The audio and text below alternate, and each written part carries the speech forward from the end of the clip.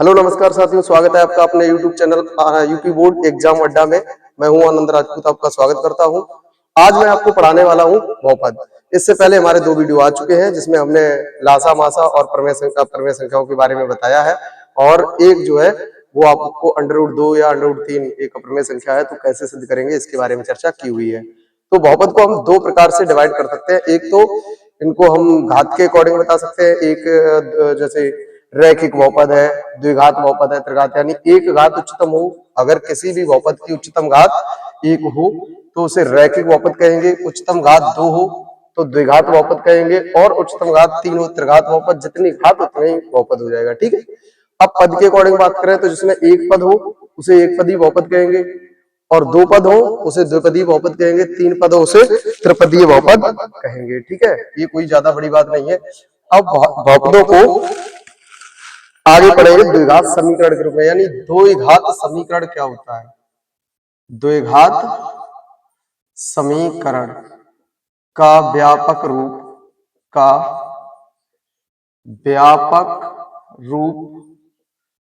ax² plus bx plus c बराबर 0 होता है, ठीक है। ax² plus bx plus c बराबर 0 होता है। और एक होता है त्रिघात बहुपद, जिसके बारे में हमें चर्चा करनी है। तो त्रिघात बहुपद समीकरण क्या होता है। बहुपद समीकरण जो होता है का व्यापक रूप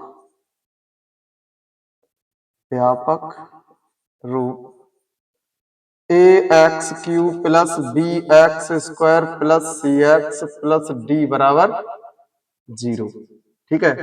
तो अब हम बात करेंगे सबसे पहले द्विघात बहुपद की। तो द्विघात बहुपद के मूलों का योग बराबर, मूलों का योग, अगर मूल एक अल्फा मान लेते हैं दूसरा बीटा, अगर द्विघात बहुपद है, द्विघात बहुपद में मूल मानते हैं अल्फा और बीटा, ठीक है। और त्रिघात बहुपद के मूल क्या मानते हैं। त्रिघात बहुपद के मूल मानते हैं अल्फा, बीटा एंड गामा, ठीक है। तो यहाँ पर बहुपद के जो द्विघात बहुपद है के मूलों का योग जो होगा, यानी अल्फा प्लस बीटा बराबर जो होगा वो क्या होगा, माइनस का v/a, तथा द्विघात बहुपद के मूलों का गुणनफल अर्थात अल्फा इंटू बीटा बराबर होता है c/a। अब त्रिघात बहुपद की बात करें तो त्रिघात बहुपद का जो बात करेंगे, त्रिघात बहुपद के मूलों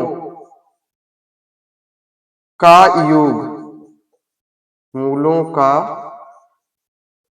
योग तो 3 मूल अल्फा बीटा गामा, तो इन तीनों को जोड़ देंगे अर्थात इनके बराबर क्या हो जाएगा फिर, माइनस का b/a।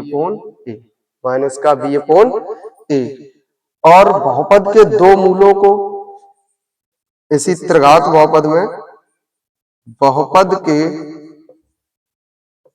2 मूलों के गुणनफलों का योग,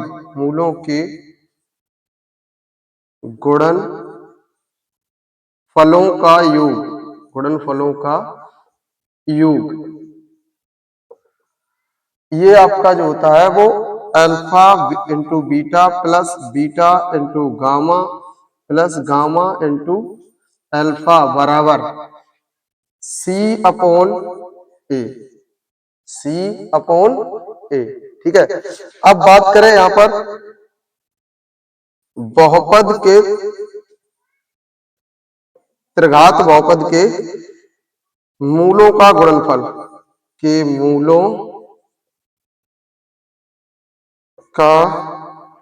गुणनफल बराबर, तो गुणनफल क्या हो जाएगा, अल्फा, तीनों मूल एक साथ, alpha into beta into gamma is equal to minus का d/a, ये आपका हो जाएगा। क्या द्विघात समीकरण का व्यापक रूप होता है a x square plus b x plus c बराबर 0 और इसके मूल अल्फा और बीटा माने जाते हैं। पहले मूल को अल्फा दूसरे को बीटा मानते हैं। और त्रिघात बहुपद का समीकरण का जो व्यापक रूप होता है वो a x cube plus b x square plus c x plus d बराबर 0 होता है, जिसके मूल 3 क्या माने जाते हैं, अल्फा कोमा बीटा और गामा। ठीक है, तो द्विघात बहुपद के जो मूलों का योग अल्फा प्लस बीटा बराबर होता है माइनस का बी अपॉन ए, और गुणनफल जो होता है द्विघात बहुपद के मूलों का वो अल्फा इंटू बीटा बराबर सी अपॉन ए।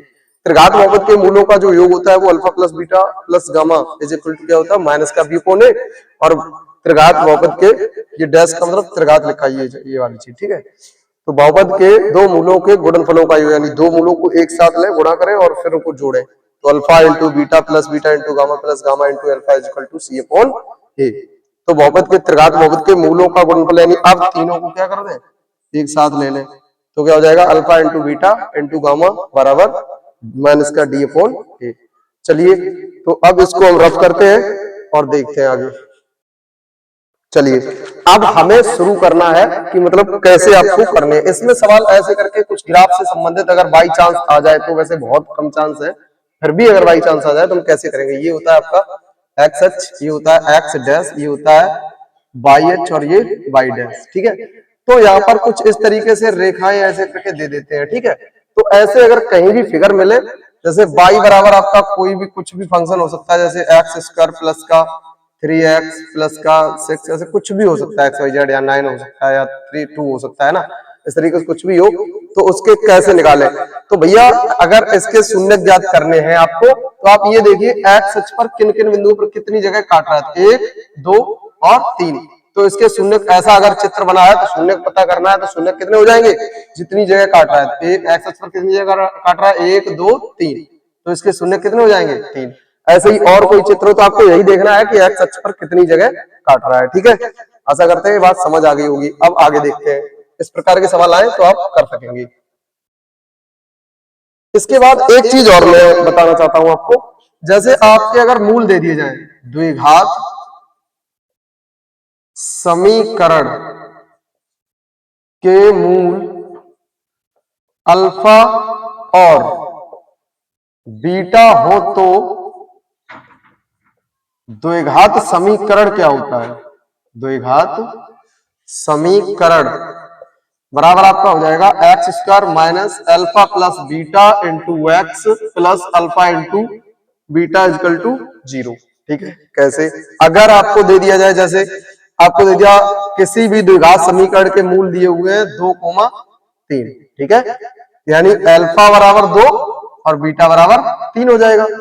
अगर आपको 2 और 3 ये जो दिया हुआ है, ये आपके किसी द्विघात समीकरण के मूल है, किसी द्विघात समीकरण के मूल कितने हैं, 2,3, तो आपको द्विघात समीकरण ज्ञात करने, तो आपको क्या करना, मूलों का योग, यानी अल्फा बराबर क्या हो जाएगा 2 और बीटा बराबर आपका हो जाएगा 3, तो मूलों का योगफल पहले हमें चाहिए होगा और गुणनफल चाहिए होगा, तो मूलों का योग फल alpha plus beta is equal to 2 plus 3 is equal to 5, यानी अल्फा प्लस बीटा बराबर कितना आ गया, 5। और मूलों का गुणनफल अगर हमें निकालना भी, मूलों का गुणनफल तो कैसे निकालेंगे, गुणा करके निकाल देंगे। ठीक है, गुणनफल अल्फा इंटू बीटा बराबर 2 गुणे 3 बराबर 6। तो द्विघात समीकरण क्या होगा, तो द्विघात समीकरण अभी ऊपर लिखवा है, द्विघात समीकरण एक्स स्क्वायर क्या हो जाएगा, एक्स स्क्वायर प्लस, नहीं माइनस लगेगा यहाँ पे, ये alpha plus beta into x और प्लस में हो जाएगा अल्फा इंटू बीटा बराबर 0।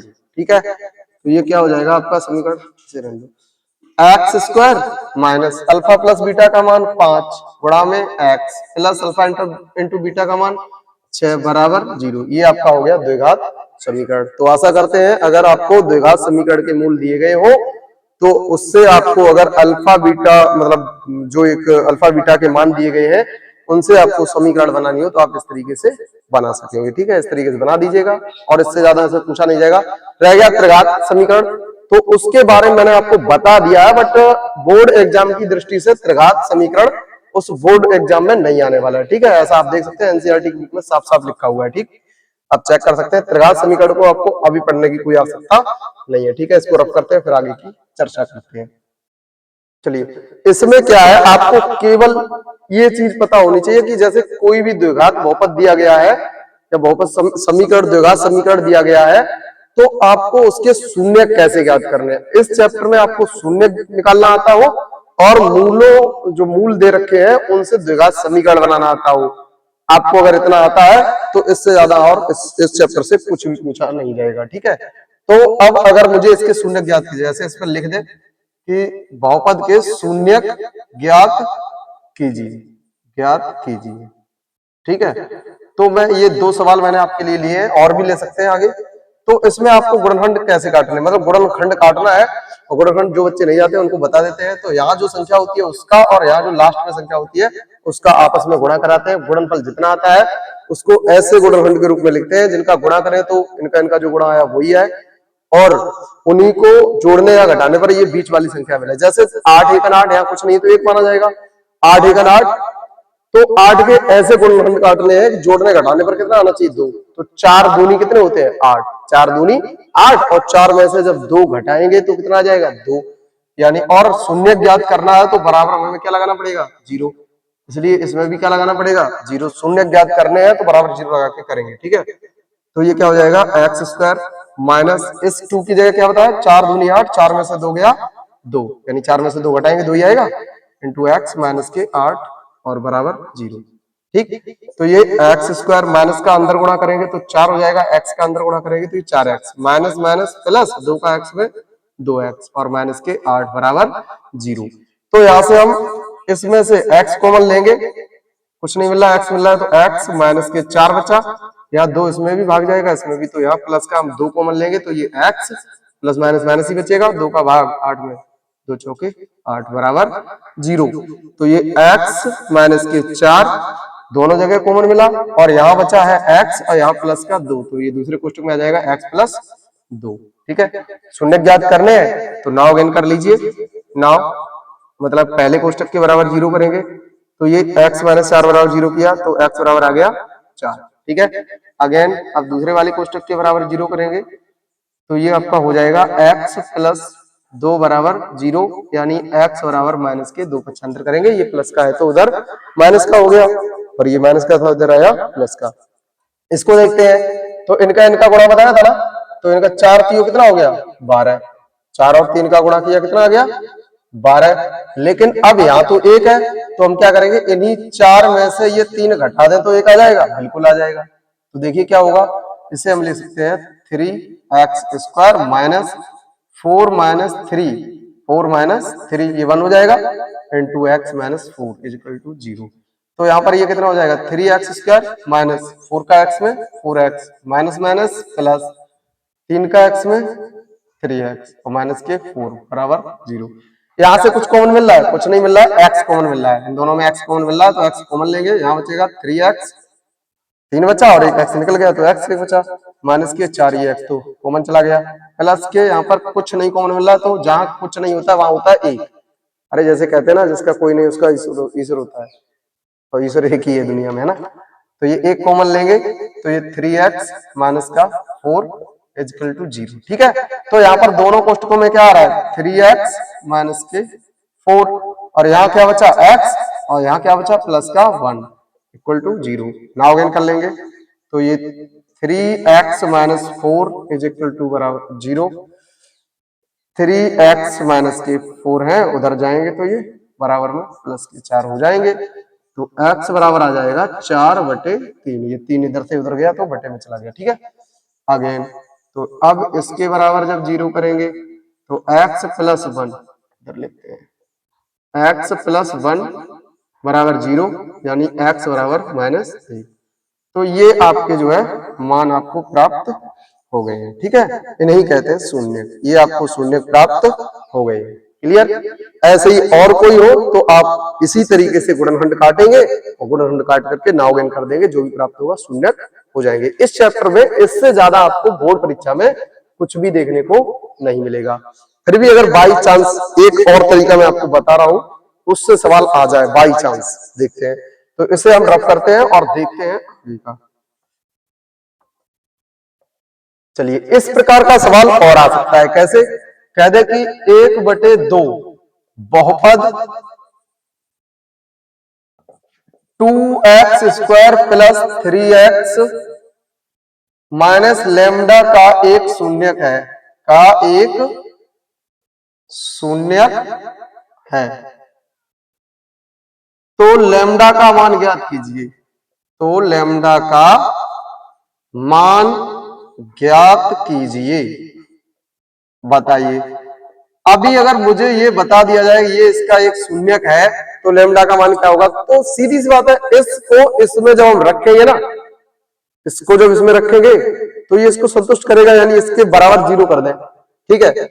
चूंकि यानी जो भी बहुपद का शून्यक दिया जाए उसको आप उसी में रख दीजिए, चाहे लेमडा का मान पूछा जाए, चाहे यहां लग जाए, चाहे यहां कहीं भी लेमडा ए बी या और कुछ भी लगा दे, ठीक है। तो उनके मान हम इसी तरीके से निकालेंगे। चूंकि 1/2 बहुपद